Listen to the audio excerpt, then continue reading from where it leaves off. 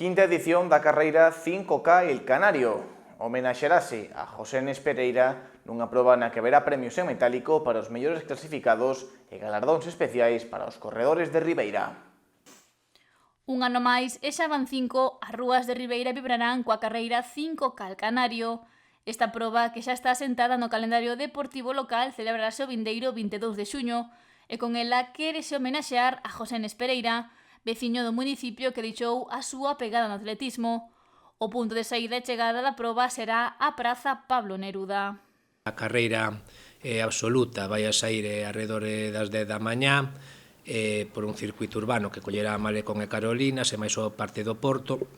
E despois tamén, a partir das 10:45, serán despois os que son as categorías a partir de 3 anos e despois por parellas tamén a zapatilla inclusiva para persoas con diversidade, que se fará un pequeno circuito arredor do Concello.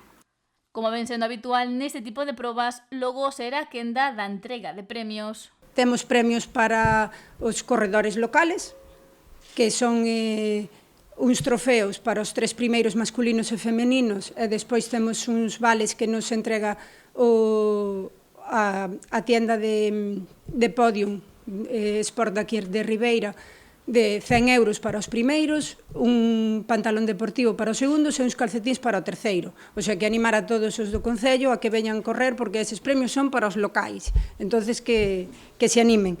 Despois temos tamén para os absolutos premios metálicos e trofeos para os 3 primeiros, tanto masculinos como femeninos. Despois hai medallas para todas as categorías, para os nenos máis pequeniños tamén terán medallas para todos.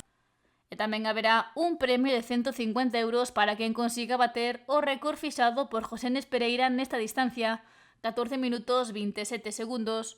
O percorrido non varía moito do que se ven facendo nos últimos anos e será prácticamente urbano.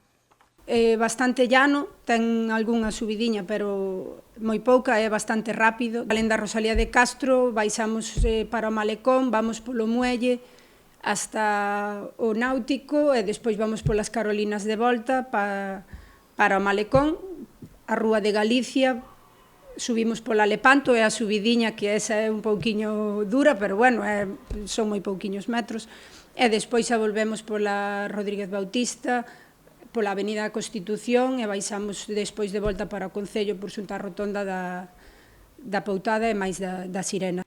Agarda unha participación próxima aos 150 corredores, moitos deles chegados de diferentes puntos de Galicia. As persoas interesadas en sumarse a esta 5K El Canario poden inscribirse na página web carreirasgalegas.com ata o mércores 18 de xuño.